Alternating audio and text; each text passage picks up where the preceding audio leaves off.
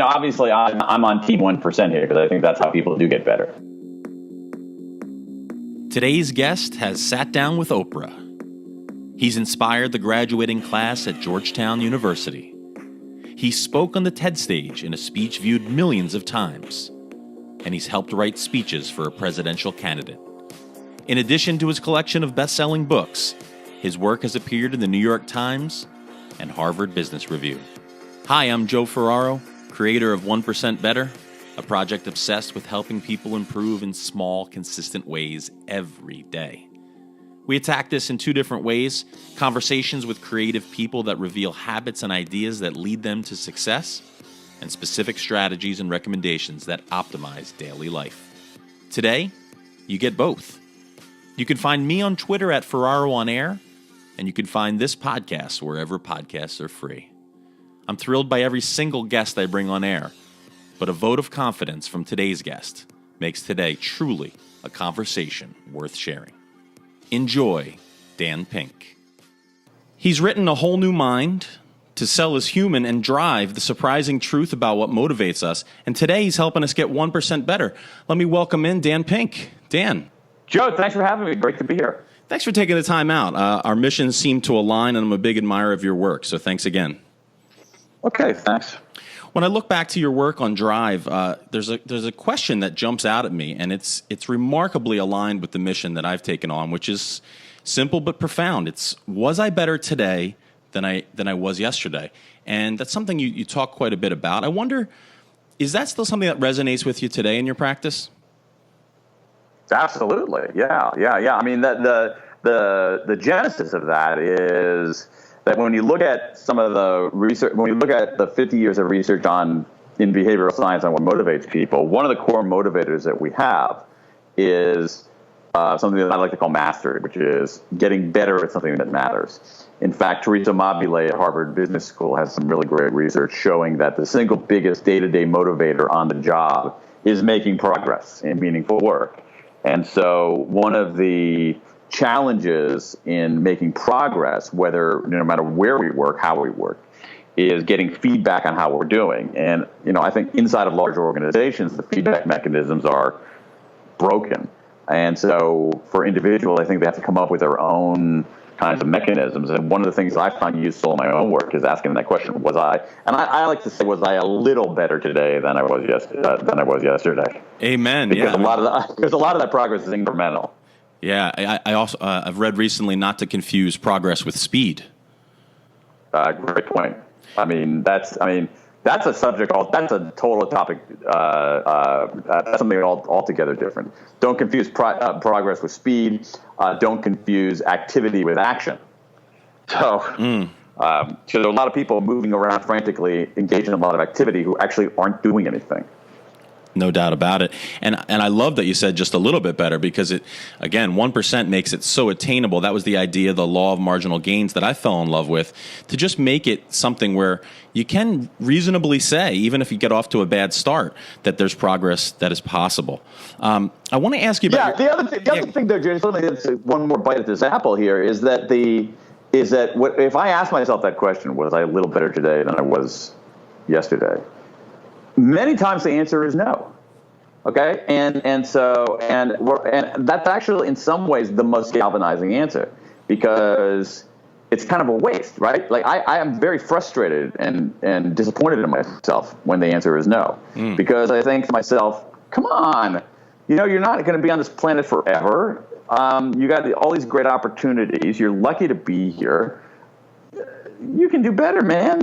And a lot of times after a no, I come back with a string of yeses. Interesting. So then what do you usually find is the most current or the most frequent lever that pulls it from a no to a yes? Disappointment and frustration. Really? Yeah, absolutely. So when you... For me, I don't think that's universal. I'm talking about my own experience as one dude working in Washington, D.C. Yeah. Sure. And then when you feel frustrated, when you feel disappointment, what simplistic or direct behaviors do you implement to make sure that tomorrow's a yes? Well, what I say is you can do better than this, because I can. All right. There's, like if I put in a day where I don't get a lot of work done or don't do good work, that's not good enough. I can do better than that. And so it's a form, I guess, of self-coaching, where you have a good, great coach or a great teacher will be supportive, but he or she will also say to a student or to an athlete, you know what?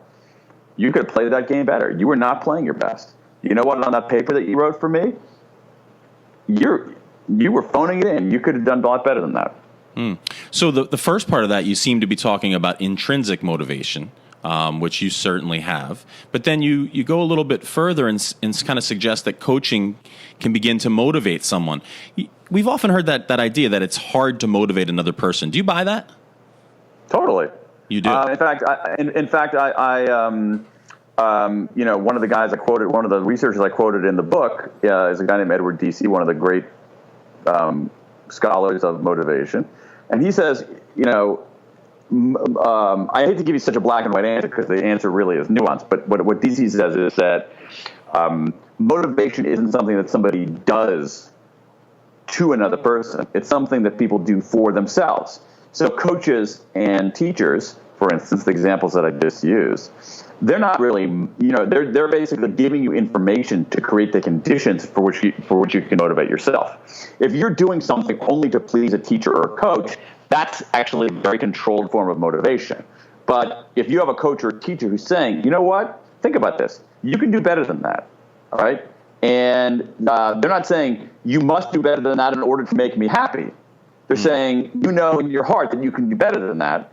And I think that creates a context for self-motivation. So in that situation, you're setting up the conditions where feedback, as you mentioned earlier, is critical. And it's not at all that you're motivating the person. You're presenting them with truthful information, it sounds like. Great. Yeah, perfectly said. Yep. Yeah. So there's nuance here, okay?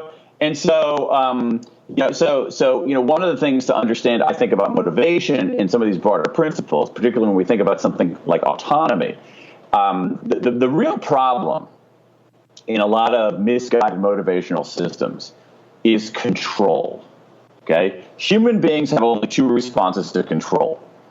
They comply or they defy.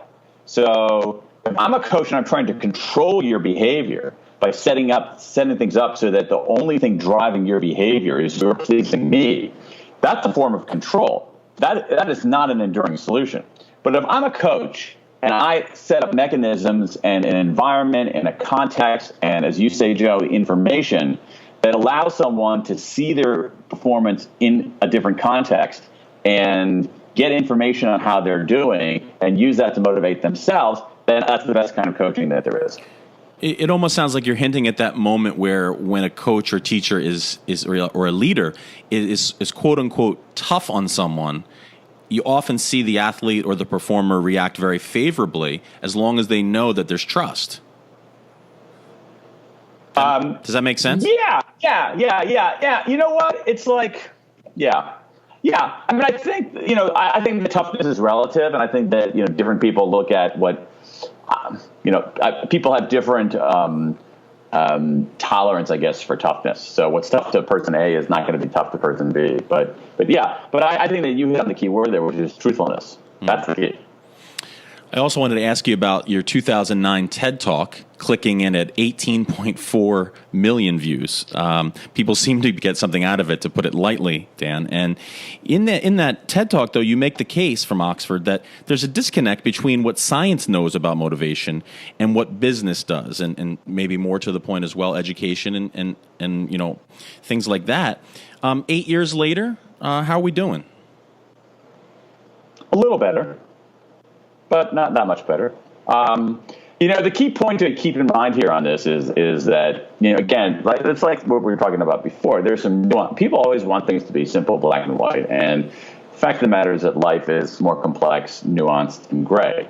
And so the key takeaway from all of this motivation research is this. There's a certain kind of reward we use in organizations. I call it an if-then reward. If you do this, then you get that. Research shows pretty clearly that if-then rewards are reasonably effective for simple short-term work, but they're not very effective at all for more complex long-term work. And so what's happening is that any organization is a mix of some simple and short-term and some complex and long term. And so if then rewards work for one category, but they don't work at all for the other category, I think the challenge is, and the science is very clear on that. I think that where organizations especially run aground is that they use these rewards for everything rather than for that one category where they actually work. And so I do think that there remains this disconnect, but I think the disconnect is ever so slowly closing. Well, what that kind of work calls for then is a leader who can be very dynamic, because they need to be able to go back and forth between what type of motivation, what type of environment to set up, and as well as individualizing it for each performer. Yeah, absolutely right.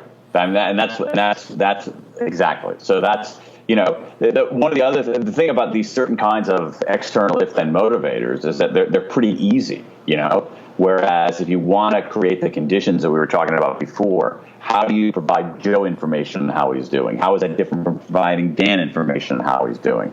What level of autonomy does Joe need? What level of autonomy does Dan need? How do I spark Joe's sense of purpose? How do I spark Dan's sense? I mean, that's hard. Oh, it is. That's what exactly. Yeah, and I think that's another reason why people resort to these more, simplistic off-the-shelf solutions. Yeah, you took the words out of my mouth. I was going to say it's incredibly easy to be mediocre at that. And it's just incredibly challenging to continue to strive, to optimize, and to kind of find the best solution. I can't recommend the TED Talk enough. In that TED Talk, you talk almost exclusively about autonomy. In just our closing minute here, I'd love you to just touch on purpose. That's the one that kind of seems most difficult. It's tied in with meaning. What can you say briefly? It's autonomy, mastery, and purpose, but how would you underline purpose and its role in the process of motivation? Yeah, I've sort of changed my view on this in recent years. Again, it becomes slightly more nuanced. I actually think there are two kinds of purpose as motivators. One of them, and I like to think of them, because I couldn't think of anything better, as capital P purpose and small p purpose. Capital P purpose and small p purpose. Capital P purpose is, you're doing something big, transcendent, world-changing. So, in my job, I'm helping to end U.S. dependence on fossil fuels. I'm feeding the hungry, something big and transcendent like that. And there are organizations, companies that, have that embedded in their mission. And and research shows that's a very effective form of motivation.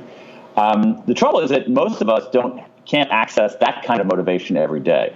So this is where the second kind of purpose comes in, which is small p purpose. And that's basically, am I making a contribution? Am I doing something that makes someone's life a little bit better? If I didn't show up to work today, would anybody actually care, and would something not get done? And so that's how we can think about purpose. Is the capital P is, am I making a difference? The small p is, am I making a contribution? And most are enormously important. And on that, to your kind of framework of 1% better, one of the tools for that, I don't think it's even in the book, because I came up with it later on, but it's been really effective for myself as well, is, what I'd like to tell people is that every week have 2 fewer conversations about how and 2 more about why. So if you're a boss or a teacher, bosses and teachers have a lot of how conversations. Here's how you make a sales call. Here's how you do that presentation. But we give short shrift to why, and there is this rich body of evidence showing that it's a very effective and very inexpensive performance enhancer. And so, you think about for teachers, teachers like to tell kids how to do a quadratic equation. And when kids ask, why are we doing this? They say, be quiet and do your quadratic equation, and it's actually a good question. Why are we doing this? And so one of the things that I like to do with people that I work with, and even in myself, is, again, it's one of those, I think, really low weight, no cost, 1% better solutions is to have each week 2 fewer, stop myself during 2 how conversations and turn it into a why conversation. Yeah, that's a new idea for me. I love that. He's at Daniel Pink on Twitter, a must follow. And you can find everything Dan Pink at danpink.com. Dan, it's hard for me to talk to you and say I didn't get 1% better today. I thank you. Thanks a lot, Joe. I appreciate that. He's Dan Pink. He's making us 1% better, taking some time out of his day. His books are must read. Go ahead and get Drive, A Whole New Mind, and To Sell Is Human. We thank Dan for joining us today.